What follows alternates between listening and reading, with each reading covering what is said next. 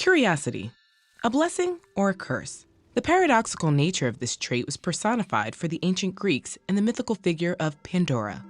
According to legend, she was the first mortal woman whose blazing curiosity set a chain of earth-shattering events in motion.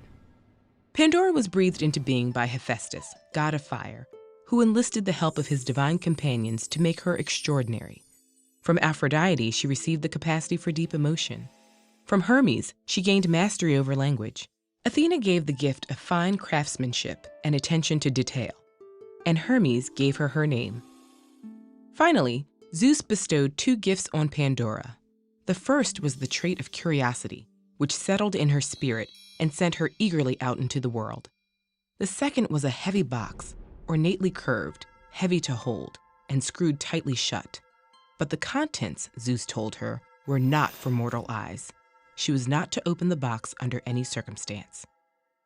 On Earth, Pandora met and fell in love with Epimetheus, a talented Titan who had been given the task of designing the natural world by Zeus. He had worked alongside his brother Prometheus, who created the first humans, but was eternally punished for giving them fire. Epimetheus missed his brother desperately, but in Pandora, he found another fiery-hearted soul for companionship. Pandora brimmed with excitement at life on Earth. She was also easily distracted and could be impatient, given her thirst for knowledge and desire to question her surroundings. Often her mind wandered to the contents of the sealed box. What treasure was so great it could never be seen by human eyes, and why was it in her care? Her fingers itched to pry it open. Sometimes she was convinced she heard voices whispering and the contents rattling around inside, as if straining to be free. Its enigma became maddening. Over time, Pandora became more and more obsessed with the box.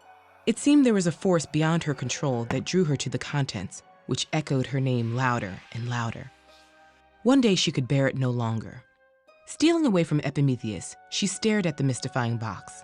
She'd take one glance inside, then be able to rid her mind of it forever. But at the first crack of the lid, the box burst open. Monstrous creatures and horrendous sounds rushed out in a cloud of smoke and swirled around her, screeching and cackling. Filled with terror, Pandora clawed desperately at the air to direct them back into their prison. But the creatures surged out in a gruesome cloud. She felt a wave of foreboding as they billowed away. Zeus had used the box as a vessel for all the forces of evil and suffering he'd created, and once released, they were uncontainable.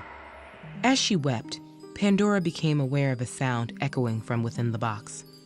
This was not the eerie whispering of demons, but a light tinkling that seemed to ease her anguish.